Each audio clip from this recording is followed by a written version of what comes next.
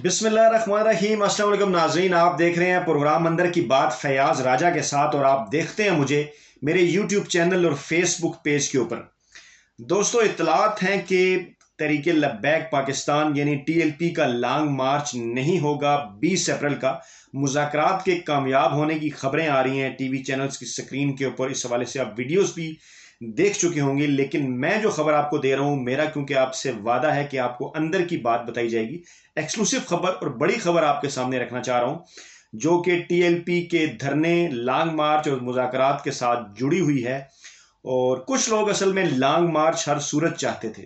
ये खबर दे रहा हूं आपको कि लॉन्ग मार्च हर सूरत चाहते थे कुछ क्वार्टर्स के अंदर बैठे हुए लोग, कुछ शरीफाना सरमायाकारी, कुछ इदारे नहीं लेकिन इदारों के अंदर मौजूद शरीफाना सरमायाकारी लॉन्ग मार्च चाहती थी, चाहे वो लॉन्ग मार्च पीडीएम करे या चाहे टीएलपी करे। इसकी सारी तफसीलात मैं आपके सामने रखने जा रहा हूं।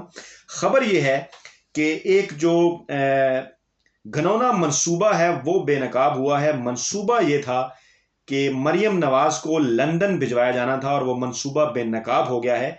इस मंसूबे के हवाले से एक वीडियो में पहले भी आपकी खिदमत में पेश कर चुका हूं, लेकिन ये ज्यादा बड़ा और घनौना मंसूबा था जिसको जो है वो पाकिस्तान के इदारों ने नाकाम बनाया है। इन मुज़ाकरात के जरिए जो मुज़ाकरात जो है वो अब कामयाबी की जानिब बढ़ रहे हैं टीएलपी के साथ। मंसूबा ये था कि इस टीएलपी के धरने की आड़ में जो है वो घनौना खेल खेला जाएगा और मरियम नवाज को मुल्क से बाहर भिजवाया जाएगा। और इस घनौने मंसूबे का हिस्सा मौलाना फजल रहमान भी थे और हामिद मीर और तलत हुसैन भी थे और कुछ और जो है वो मुलाजिम सहाफ़ी। इस हवाले से तफसीलात जो है वो आपके सामने रखूंगा, सबूत आपकी खिदमत में पेश करूंगा। पहले थोड़ा सा बैकग्राउंड जो है मैं आपको बता दूं। बैकग्राउंड ये है कि पाकिस्तानी टीवी चैनल्स में गुजरे मेरे 20 बस का तजर्बा मुझे ये बताता है कि यहां पर एक स्मोक स्क्रीन बनाई जाती है। स्मोक स्क्रीन ये होती है कि आपकी आंखों के सामने कुछ और हो रहा होता है टीवी चैनल की स्क्रीन के ऊपर, लेकिन उसके पीछे कुछ और पनप रहा होता है और जो सामने हो रहा होता है उसकी आड़ में असल कार्रवाई की जाती है। चाहे वो लाल मस्जिद का वाकया हो जो जुलाई 2007 में हुआ, वो भी एक स्मोक स्क्रीन था। उसके पीछे क्या था? दो एजेंसियों की क्योंकि वो लड़ाई थी, कुछ कुव्वतें जो है वो जनरल परवेज मुशर्रफ को कमजोर करना चाहती थी। उसके लिए मीडिया के ग्रुप्स को भी हायर किया गया था, उसके लिए मुलाजिम सहाफ़ी भी हायर किए गए थे, उनसे कॉलम लिखवाए गए थे, उनसे प्रोग्राम करवाए गए थे। और अब ये बातें खुलकर सामने आ चुकी हैं। इस हवाले से चौधरी शुजात की किताब में भी तफसीलात मौजूद हैं। इफ्तिखार चौधरी साहब को मार्च 2007 में उनके ओहदे से हटाया था जनरल परवेज मुशर्रफ ने, और उसके बाद जो कुछ आगे चलकर होना था, वकला तहरीक और दीगर मामला, उसके स्मोक स्क्रीन के लिए ये लाल मस्जिद इस किस्म का जो वाकया है वो सामने रखा गया। लेकिन इस दौरान क्या हुआ, वकला तहरीक आई और उस दौरान टीवी चैनल्स का जो किरदार जो कि अब बाद में जो है वो खुलकर सामने आ रहा है, ये सारा उस स्मोक स्क्रीन का हिस्सा था जिसका तलत हुसैन और हामिद मीर भी हिस्सा थे, जो एक वक्त लाल मस्जिद और ऑपरेशन की बात करते रहे और फिर जाकर दूसरी जानिब खड़े हो गए। दूसरा बड़ा वाकया नवंबर 2019 में, याद कीजिए, मौलाना फजल रहमान का जो धरना था वो इस्लामाबाद के अंदर था, वो भी एक स्मोक स्क्रीन थी।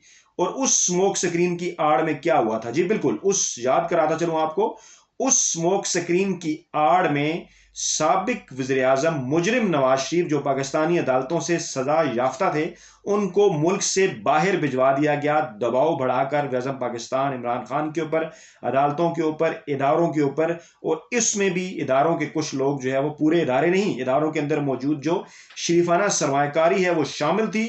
और मौलाना फजल रहमान भी उस सारी गेम का मरकजी किरदार थे, जिस हवाले से अब्दुल गफूर हैदरी का एक बयान भी भोले में सामने आया था कि उससे क्या हासिल किया गया। उसका हासिल वसूल यही था कि वो धरना तो नाकाम हुआ, लेकिन नवाज शरीफ मुल्क से बाहर चले गए। मौजूदा ये जो टीएलपी के साथ 20 अप्रैल से पहले का एक मुआहदा था और 20 अप्रैल को उन्होंने इस्लामाबाद में आने का ऐलान कर रखा था। कुछ कुव्वतें, मैं रिपीट करता हूं, शरीफाना सरमाकारी की हामिल कुछ कुव्वतें इमरान खान के नर्व्स चेक कर रही हैं, इमरान खान के आसाब चेक कर रही हैं, देख रही हैं इमरान खान के आसाब कितने मजबूत हैं। 2.5 बरस वो अपने मुकम्मल कर चुके हैं, सेनेट इलेक्शन से कामयाबी से गुजर चुके हैं। अब उनके पास कौमी असम्बली और सेनेट में इतनी अक्सरियत मौजूद है कि वो कुछ कानून साजी कर सकते हैं, वो आगे बढ़ सकते हैं और उनके ग्राउंड्स के और उन फुट्स के ऊपर खेलते हुए, पिच के ऊपर अपनी पार्टनरशिप मजबूत करते हुए अगले इलेक्शन के लिए ग्राउंड बना सकते हैं और अगला इलेक्शन जीत सकते हैं। यह सारा मामला सिर्फ इस वजह से था कि किसी तरीके से इमरान खान को नाकाम साबित किया जाए। मुख्तलिफ वार आहिस्ता आहिस्ता उनके ऊपर जो है वो किए जा रहे हैं और इसके अंदर सियासी जमातें भी शामिल हैं, इदारे नहीं, इदारों के अंदर मौजूद कुछ सरमायाकारी, क्योंकि इदारे एक पेज के ऊपर हैं, चाहे वो आर्मी चीफ हो, चाहे वो DGISI हो, या चाहे वो चीफ जस्टिस ऑफ पाकिस्तान हो। इस वक्त जो है वो सुप्रीम कोर्ट, आला अदलिया, इमरान खान और सिक्योरिटी इदारे इस हवाले से एक पेज के ऊपर हैं कि मुल्क में जो जमहूरियत है वो चलनी चाहिए, इमरान खान को 5 साल पूरे करने चाहिए। लेकिन शरीफाना सरमाकारी ऐसा नहीं चाहती, क्योंकि शरीफाना सरमाकारी की जड़ें बहुत मजबूत हैं। और अब अगला उनका वार ये था कि मरियम नवाज को जो है वो लंदन से, पाकिस्तान से लंदन जो है वो इसी आड़ में भिजवाया जाए। आपको पता है कि डॉक्टर अदनान पाकिस्तान के अंदर हैं। इस किस्म की इतलात भी हैं कि मरियम नवाज बीमार थी, कभी वो खामोश हो जाती हैं, कभी उनको ट्विटर अकाउंट एक्टिव हो जाता है।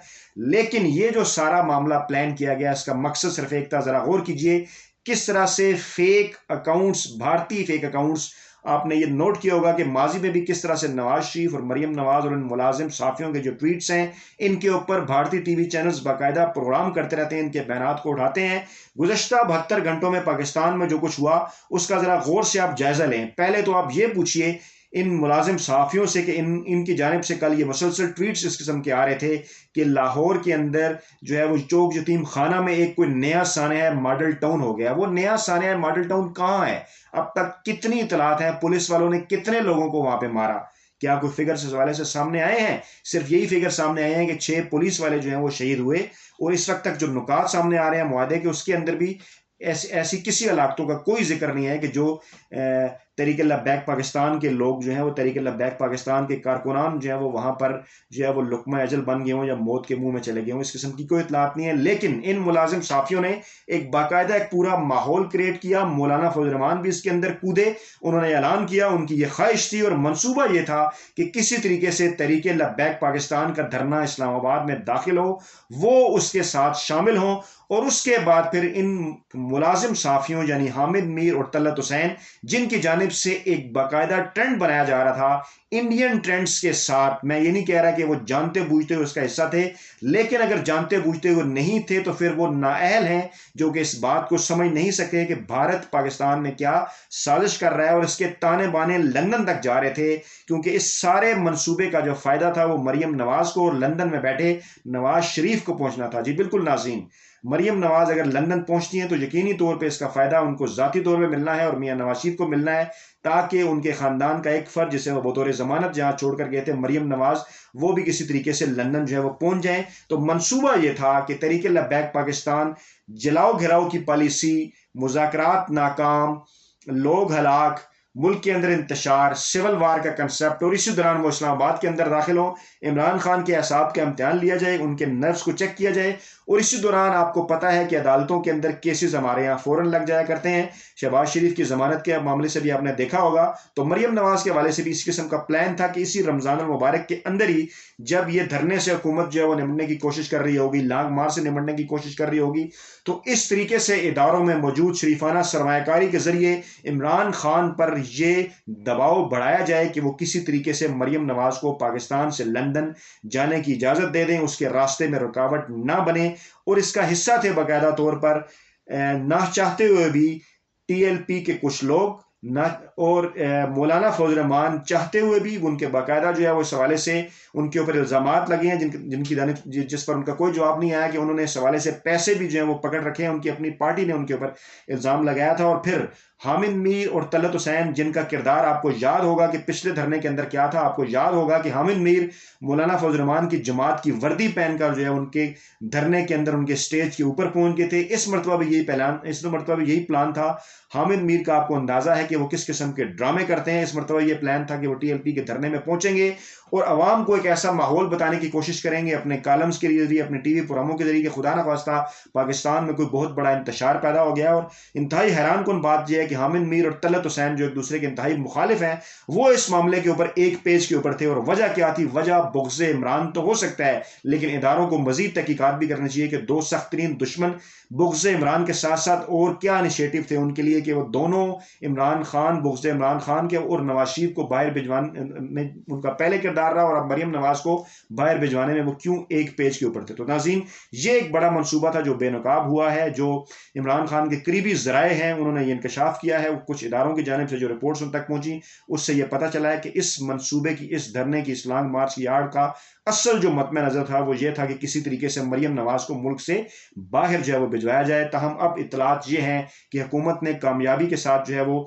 इस सारे मामले के ऊपर अपना रद्द अमल दिया है और अब ये इतलात आ रही हैं कि ना ही धरना होगा और ना ही लॉन्ग मार्च होगा और किसी न किसी तरीके से जो है वो इनके साथ मुज़ाकरात को आगे बढ़ाते हुए जो दो मुतालबात जो अभी तक सामने आ रहे हैं, दो नुकात जिनके ऊपर इत्तफाक किया गया है, उसमें यह है कि गिरफ्तार अफराद को रहा किया जाएगा, मुकदमात ख़त्म किए जाएंगे TLP के खिलाफ जो उनके कारकुनान हैं, और जो फ्रांस के सफ़ीर हैं उनकी मुल्क बदरी के लिए जो करारदाद है वो असम्बली के अंदर पेश की जाएगी। अगर देखा जाए तो ये वही मुतालबात हैं जहाँ पे ये पहले भी मौजूद थे। हुकूमत ने उन्हें यही कहा था कि करारदाद असम्बली के अंदर जो है वो लाई जाएगी, लेकिन इस सारे मनसूबे का मकसद जो है वो ये था जो मैंने आपके सामने पेश किया, जिसके अंदर जानते बूझते हुए भी मौलाना फजल रहमान और मुलाजिम साफ़ी अहमद मीर और तलत हुसैन इसका हिस्सा बने। ये तारीख का एक कर्ज है हमारे ऊपर, हम सब के ऊपर, सहाफ़त के ऊपर, हमारे इदारों के ऊपर कि वो इससे क्या नताइज निकालते हैं और पाकिस्तानी मीडिया में मौजूद जो काली भेड़े हैं वो मुल्क में किस तरह से जो इंतशार फैलाकर अपने ज़ाती, अपने सहाफ़ती, अपने सियासी मकासद हासिल करना चाहते हैं और कुछ अफराद को सिर्फ और सिर्फ सर्व करने के लिए। नाज़रीन, वीडियो के कमेंट बॉक्स में फीडबैक ज़रूर दीजिएगा। नई वीडियो के साथ जल्द आपकी खिदमत में हाजिर हूँगा। अपना बहुत ख्याल रखिएगा। अल्लाह हाफ़िज़।